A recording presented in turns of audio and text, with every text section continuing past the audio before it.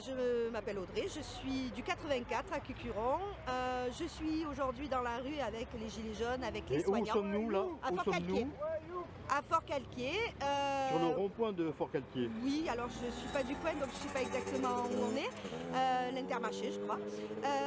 Je suis là parce que pour soutenir nos soignants qui sont suspendus depuis 2 mois sans salaire, qui ne peuvent plus travailler parce qu'elles ont refusé une obligation vaccinale qu'elles ne trouvent pas juste et normale. Et moi c'est pareil, hein, je ne trouve pas ça juste et normal. Du coup, elles ne peuvent plus travailler, les lits ferment, les urgences ferment. Et là maintenant ça nous concerne tous parce que jusqu'à présent ça les concernait elles et puis quelques-uns. Maintenant ça concerne tout le monde parce que plus de possibilité d'avoir de rendez-vous, plus de possibilités d'être soignées. Et donc du coup il va falloir que tout ça s'arrête et qu'elles puissent soigner. Voilà. Voilà.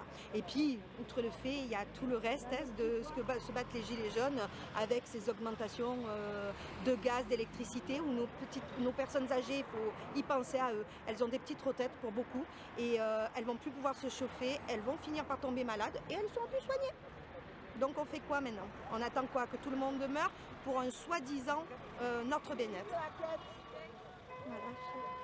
Bonne journée. Merci, merci.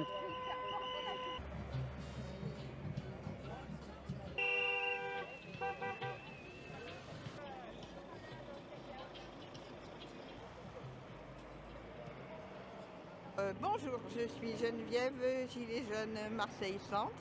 On est aujourd'hui sur le rond-point de Fort-Calquier, samedi 6 novembre. Pourquoi à Fort-Calquier? Alors pourquoi? Parce que nous avons décidé de nous retrouver entre Gilets jaunes de la région globalement PACA.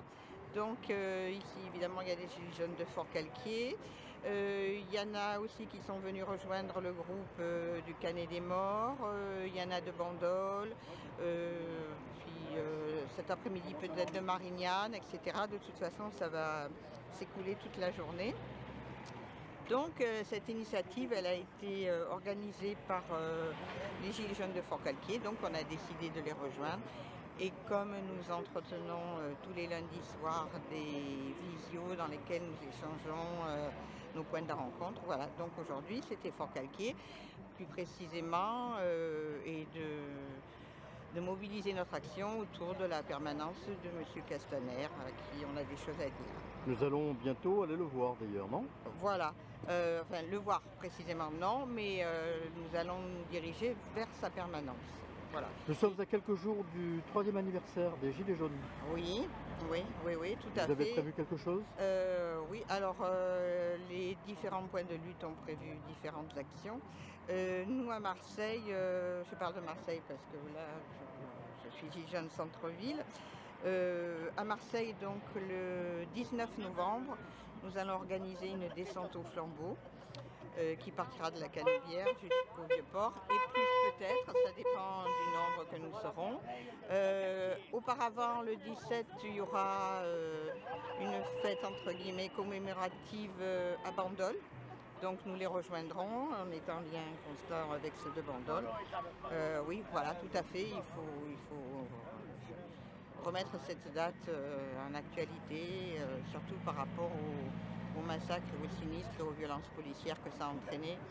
Et donc, en plus, ça correspond aussi à l'anniversaire sinistre de la mort de Zineb à Marseille. Et donc, il n'y a aucune poursuite. Il y a déjà eu une manifestation, il y en aura une aussi en décembre. Voilà. Alors, oui, tout le week-end du 2, 3, 4 décembre. Le 2, je crois qu'il y aura un hommage à Zineb sur les lieux où elle habitait. Le vendredi, il y aura des ateliers concernant l'impunité policière et toutes les familles qui se sont confrontées aux violences policières. Et le samedi, il y aura un repas collectif, puis un départ pour la manif auquel se joindront évidemment les Gilets jaunes, puisque cet assassinat a eu lieu le jour d'une manifestation de Gilets jaunes. Voilà.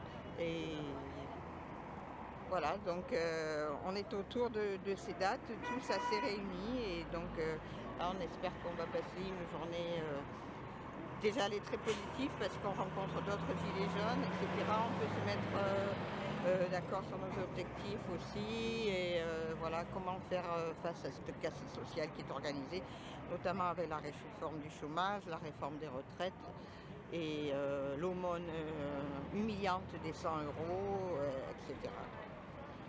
Il y aura plusieurs sujets. Oui, oui, oui, oui, oui, oui, oui, parce que la colère monte, évidemment, quoi. Je veux dire, bon, les aumônes ne vont rien arranger du tout et la casse est en marche et les services publics sont délabrés. Dans le mouvement, il y a aussi des pompiers, des infirmiers qui vont se joindre à nous. Et là, c'est un point sensible Fort-Calquier parce qu'il y a l'hôpital de Draguignan qui est juste à côté. Et donc les gens de Fort-Calquier, par exemple, et d'autres environ dans les alentours, n'ont plus d'hôpital ouvert la nuit. Donc il n'y a plus d'urgence. Voilà. Et puis les pompiers, c'est pareil. Ceux qui ne sont pas vaccinés, ils ont été licenciés. Donc si éventuellement il y avait un incendie ou une catastrophe, etc., souvent ils ne sont plus que 3 de garde et ils assurent que l'assistance à personne. Les autres besoins ne sont plus couverts. Mais là, c'est l'attaque de la santé, surtout dans les petites communes, là, qui est terrible parce qu'ils ne peuvent pas se soigner. Il n'y a pas d'hôpital pour les recevoir la nuit. Il ne faut pas être malade la nuit, etc. Nous avons le président qui parle mardi. Vous avez un message pour lui? Le Message des Gilets jaunes? Le message des Gilets Comme jaunes, il vous adore. c'est qu'il faudrait qu'il arrête ces pratiques humiliantes et fondamentales destruction, quoi. Parce que de toute façon, forcément, il va y avoir un autre nouveau mouvement social qui va s'organiser, quoi. Mouvement social à Marseille, ça a été très faible ces derniers temps. Hein. Oui, mais bon, il y avait des malentendus aussi. Je veux dire, il y a tellement de monde dans la rue avec des motivations diverses. Il faut arriver à construire des objectifs communs, quoi. Et puis bon, il y a une répression telle qui font que de toute façon, les gens sont accablés, donc ils ont peur de manifester. Et puis il y a une lutte telle dans les journées, je veux dire, bon, ils sont occupés à chercher du travail, ils sont occupés à survivre. Donc évidemment, c'est très dur pour eux aussi de participer. Mais je pense qu'il va y avoir une alliance, qu'il va y avoir un mouvement qui va repartir quand même. Je ne sais pas sous quelle forme, c'est très complexe, mais je veux dire, tous ces collectifs et tous ces différents organismes, ils vont aller vers un point convergent. Enfin, en tout cas, c'est là-dessus qu'on travaille. Merci. Merci. Merci, à bientôt. Merci à vous de nous entendre. Bonjour Alain, ça faisait longtemps qu'on ne s'était pas vu, hein. Donc c'est Polo, d'Oriol. J'avais fait un petit break parce que professionnellement je ne pouvais pas concilier les deux, et travail et manifestation, rassemblement des Gilets jaunes. Donc aujourd'hui me voilà avec l'ensemble des collègues. Et tu m'as amené à Fort-Calquier. Voilà, je t'ai emmené, toi et les collègues de Marseille, puisqu'on vient rejoindre les copains de Fort-Calquier, ceux des Alpes, éventuellement des Hautes-Alpes, faire une petite manifestation pour montrer qu'en fait les Gilets jaunes, ils sont toujours là, même si le gouvernement avait dit à un moment donné... Reprise des ronds-points? Reprise des ronds-points, je ne sais pas encore, hein, puisque je ne suis pas rentré dans les assemblées, etc. Mais ça peut, pourquoi pas, ça peut. Mais voilà, il y a aussi un objectif électoral dans 6 mois. On va voir comment ça peut se passer, parce que c'est vrai qu'aujourd'hui, on est là, on est toujours là, les convaincus restent là, il y a toujours quand même... Il y a un noyau dur quand même. Il y a un noyau dur et qui fonctionne quand même avec des assemblées locales, régionales, interrégionales, avec un maillage quand même important, puisque au départ les Gilets jaunes, effectivement c'était le peuple dans la rue, avec différentes revendications, qui n'étaient pas fausses, hein, puisqu'aujourd'hui on en arrive au même résultat. 3 ans après, c'est pas triste? Alors au même résultat, si ce n'est pire. Puisqu'en plus, entre les deux, il y a quand même eu l'interdiction de manifester, le Covid, là aujourd'hui il y a le pass sanitaire, nos droits qui sont diminués, la revendication, etc. etc. Voilà. Alors moi, ce qui me gêne un peu aujourd'hui, c'est que quel va être demain le fer de lance et le fond du mouvement des Gilets jaunes, mis à part les revendications qui sont classiques, c'est-à-dire le droit à la parole, à la liberté, le droit au travail, la casse sociale, le chômage, etc., l'écologie. Tout ça, c'est un package qui a fait que les gens se sont retrouvés dans la rue, avec différentes orientations politiques. Maintenant, l'orientation politique, on voit aujourd'hui le résultat. Qu'est-ce qu'il va y avoir demain aux élections? Aujourd'hui, on nous dit, voilà, il va y avoir un tel qu'on aime ou qu'on n'aime pas. Enfin, moi, de toute façon, le premier qui est en place, je ne l'aime pas, puisque depuis le début, je suis dans la rue, parce que j'estime que ce n'est pas ce qu'il nous faut, à nous, la France, pour être un pays qui ne soit pas oublié de son histoire. Alors aujourd'hui, on a, voilà, c'est pauvre, hein, la politique, c'est pauvre. Un débat, Zemmour. On a Zemmour, oh, Ouais, c'est génial. mais c'est pauvre, quoi, quand on voit qu'après 3 ans de lutte, par rapport à toutes les Ah, il est revendications. cultivé, hein. Toutes les revendications. Oui, il est cultivé sans doute, il y a plein de gens qui sont cultivés. Mais la revendication de base, c'est quand même le pouvoir d'achat, le travail, le droit à la santé. Donc Enfin, on revient dans les bases des Gilets jaunes. ce qui était, voilà, Hein, bon, d'il y a 3 ans. voilà, sauf que les médias nous ont fait passer pour des gens qui revendiquaient uniquement pour le pouvoir d'achat du gasoil. Oui, certes, le gasoil c'était une petite goutte, pas d'eau, hein, mais une goutte d'essence qui a fait déborder le jerrycan. Par contre, là, aujourd'hui, ce qu'on a besoin, c'est de se retrouver tous ensemble pour avoir une politique digne d'un pays qui le mérite quand même. On a des ancêtres qui se sont battus pour avoir des droits. On a le droit d'avoir, à la limite, quelque chose qu'on peut mériter. Or, aujourd'hui, on nous l'impose. Voilà, ce qu'on veut nous imposer demain, bah, c'est une politique, je suis désolé, mais c'est pas une politique qui peut nous intéresser, nous, les Gilets jaunes. Alors, je pensais à une chose, effectivement, tout à l'heure, dans la voiture, on discutait. Moi, je me disais que ce qui pourrait être bien, c'est qu'il existe encore quelque chose des Gilets jaunes. Il y a quand même eu 70% des gens qui ont soutenu le mouvement des Gilets jaunes. C'est pas n'importe quoi quand même. Il n'y a pas de politique aujourd'hui qui pourrait dire on a eu 70% de votes aux élections. Aujourd'hui, ils sont élus avec 14% de gens. Hein, il y a 40% de gens qui vont Oui, mais pas il y a voter. 3 ans, on parlait pas du Covid. Hein. Ouais, mais le Covid, demain, ça sera autre chose. Aujourd'hui, on dit c'est le Covid, demain, on va nous dire qu'il ne faudra plus sortir parce que la pollution est trop importante. Ou il faudra peut-être porter un masque à oxygène. Hein. Là, à la limite, on dit ceux qui ne sont pas picousés, là, ils peuvent aller dans des maladies graves et aller se faire sous oxygène respiratoire. Mais peut-être que demain, il n'y aura même pas besoin d'avoir une maladie grave, vu l'état global de la situation de la planète. Peut-être qu'il nous faudra, même le droit de respirer, il faudra le payer. Voilà. Donc ça, c'est des combats qui sont importants, qui sont majeurs. C'est pas le tout de diviser les uns les autres, le même problème. Il est le même pour tout le monde. C'est le droit de vivre dignement. Qu'est-ce qu'on va laisser à nos enfants? Quelle planète on va laisser à nos enfants? Quel devenir on va laisser à nos enfants? Moi, je les comprends, les jeunes, aujourd'hui. Hein. J'ai été jeune. Les jeunes, on n'en voit pas beaucoup quand même. Hein. Bah, on n'en voit pas beaucoup parce que qu'est-ce qu'on leur propose aujourd'hui?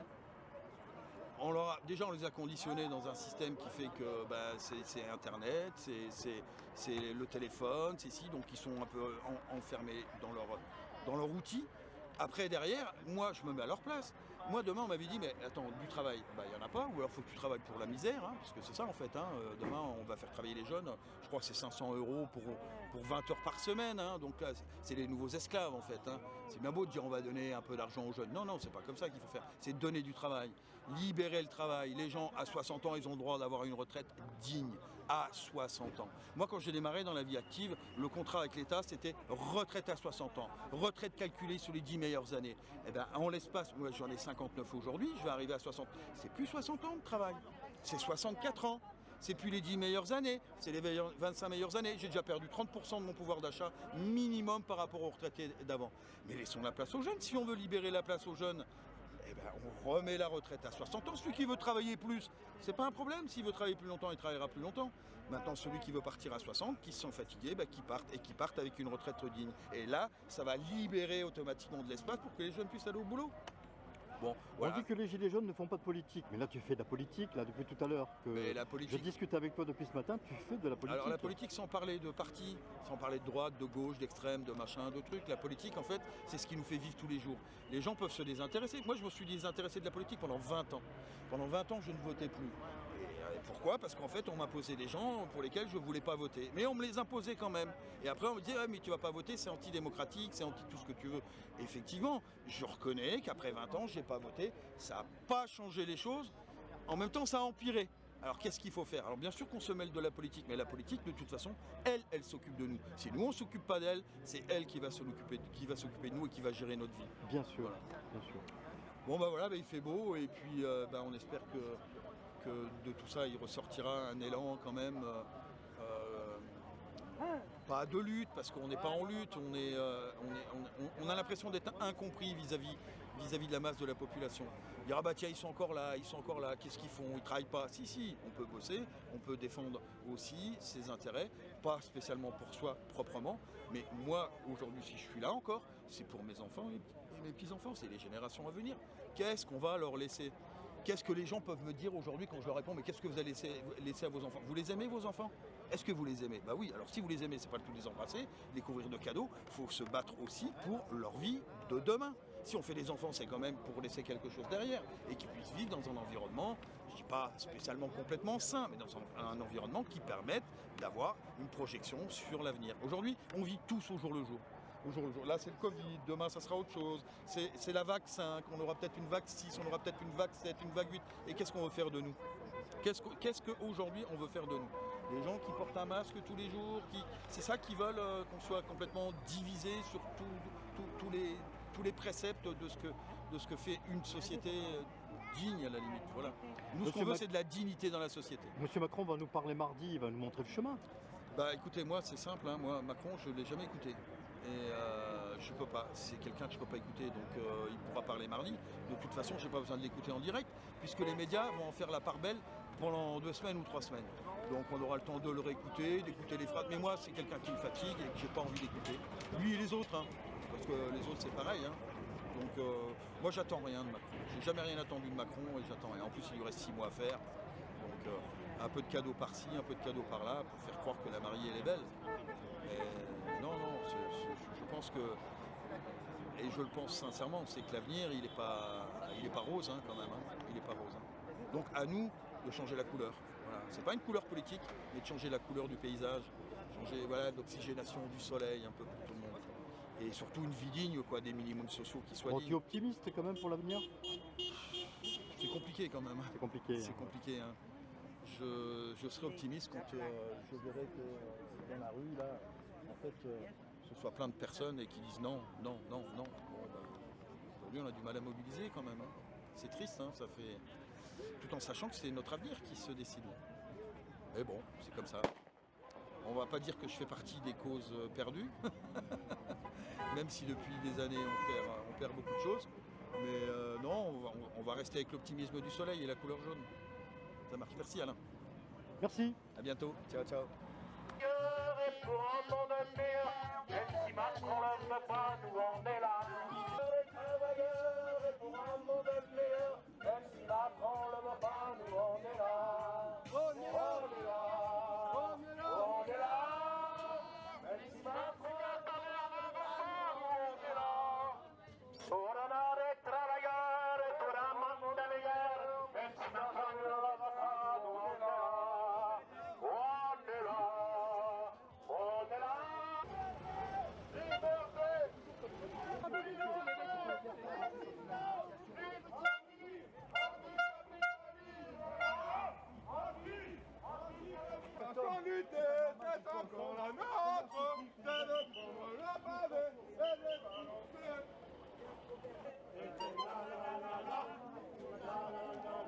Quand Brigitte dégrafait son corps, pour donner un coucou, ça va lui. C'est la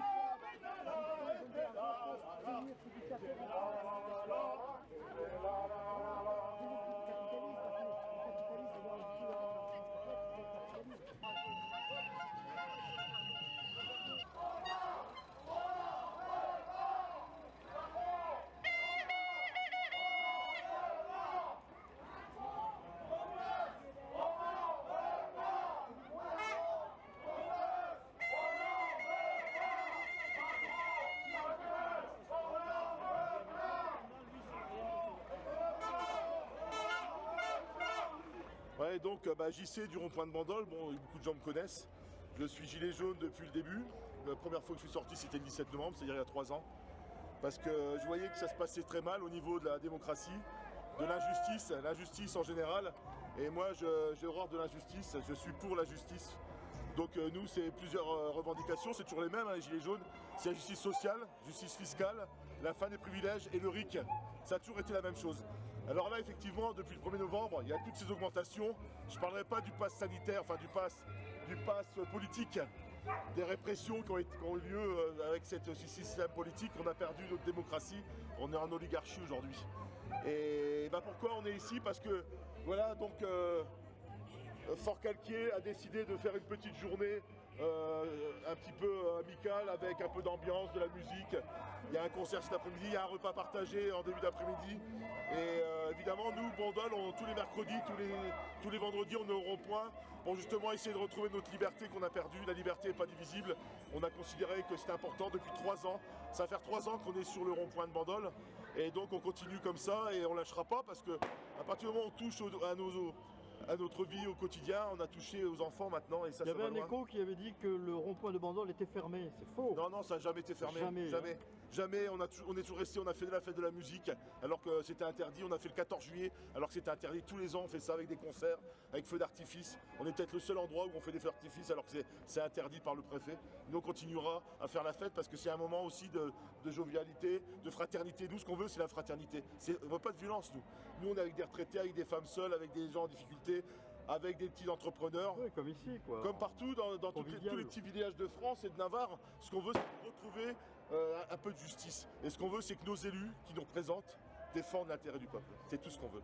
Ils ne le font pas, ils défendent leurs intérêts personnels. C'est ça qui est détestable et on le ressent fortement. Tout le monde ressent maintenant. Ce matin, on a distribué des tracts. On parlait même plus, c'était les conducteurs qui disaient ça. Ils disaient c'est inadmissible ce qui se passe, on va plus marcher dans la combine, 3e vaccin, 4e vaccin, mais on va s'arrêter quand? Nos enfants, on remet les masques, on veut nous bâillonner et nous on n'accepte pas, on voit bien qu'il y a une machination infernale. C'est une répression d'État. Ça n'a jamais été sanitaire, ça n'a jamais été sanitaire, pas du tout. Pourquoi? Parce qu'on fait fermer des hôpitaux pendant soi-disant cette fameuse pandémie, qui n'en est pas une.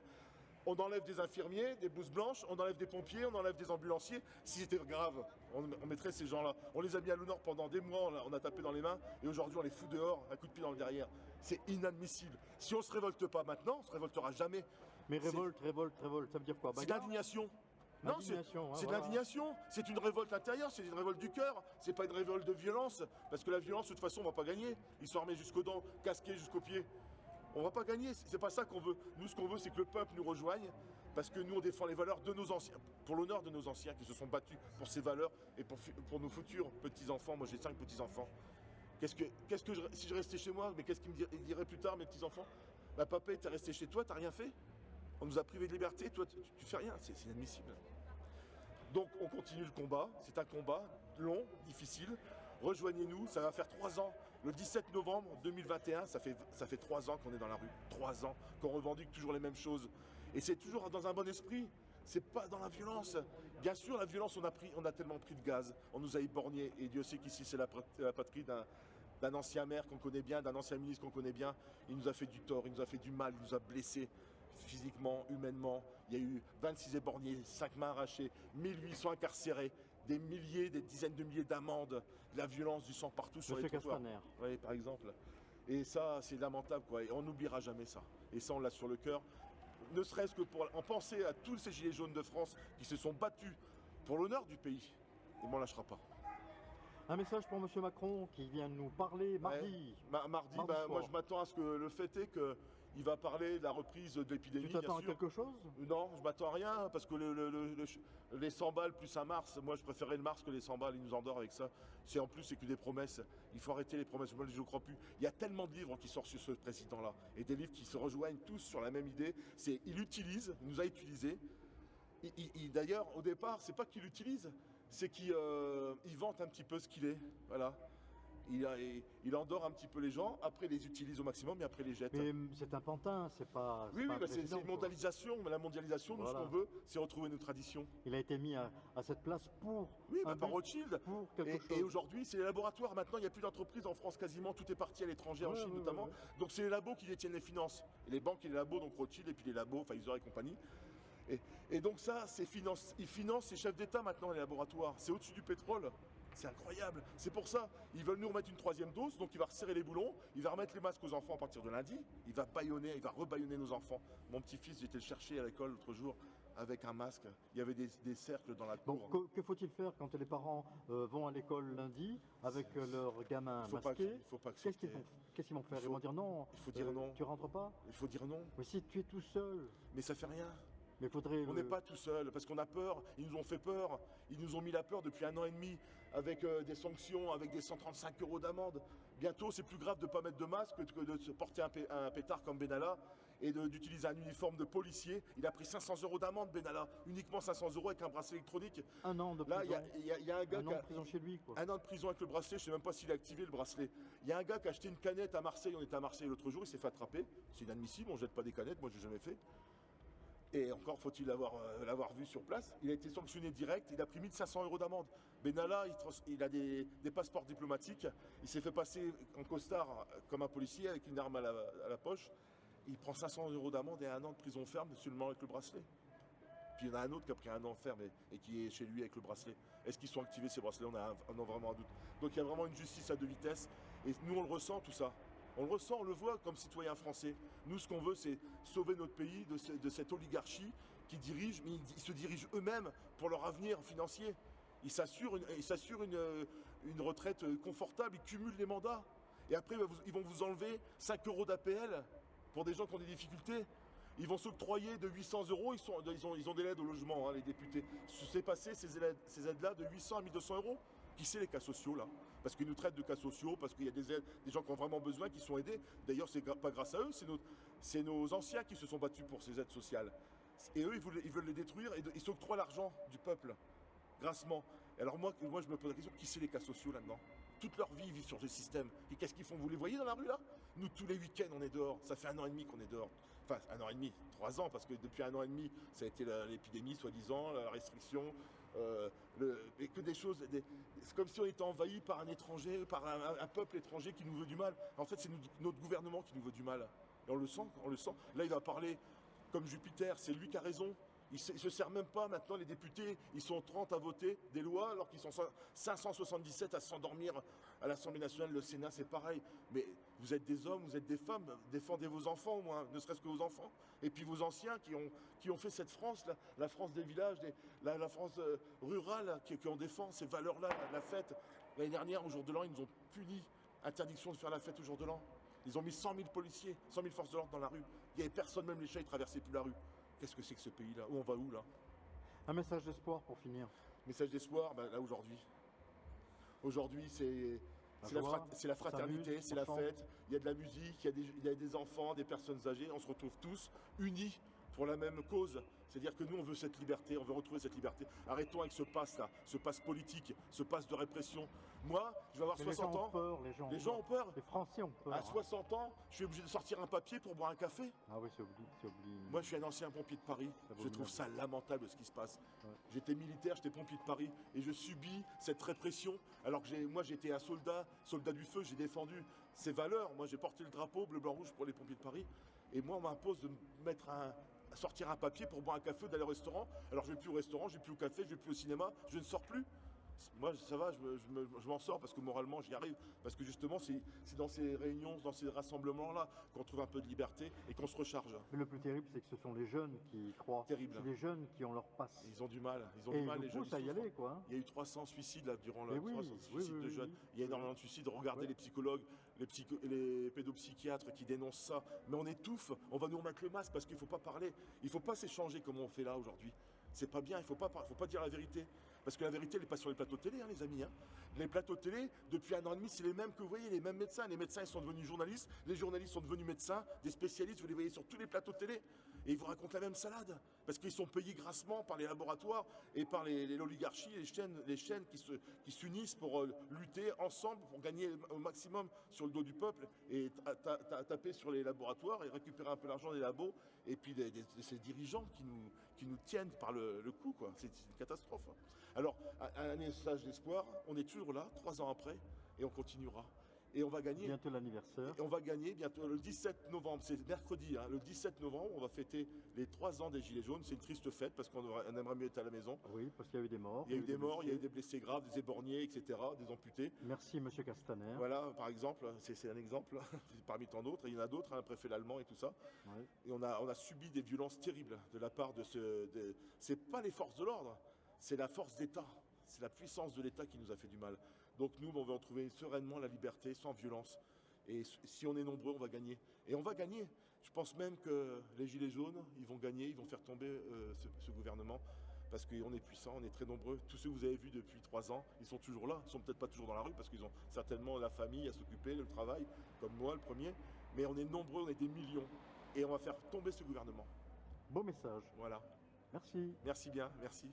Touchez pas à nos enfants, touchez pas à nos enfants, touchez pas à nos enfants, touchez pas à nos enfants. On passe, Macron, si tu savais qu'on passe où on se met. Aucune hésitation, c'est la révolution. Macron, on passe, on passe.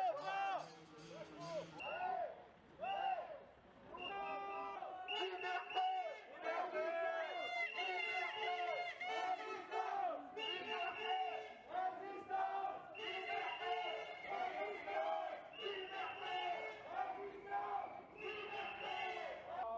On est là, on est là.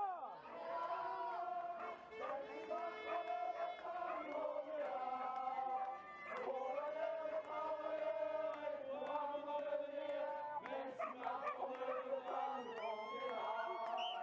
On est là. On est là. Même si Macron ne veut pas nous, on est là. Pour l'honneur des travailleurs et pour un monde de venir, même si Macron ne veut pas nous, on est là. On est là. On est là. Même si Castaner ne veut pas nous, on est là. Pour l'honneur des travailleurs et pour un monde meilleur. Même si Castaner ne veut pas nous, on est là. On est où? On est là. On est là. Même si Macron ne veut pas nous, on est là. Pour l'honneur des travailleurs et pour un monde meilleur. Même si Macron ne veut pas nous, on est là. On est là.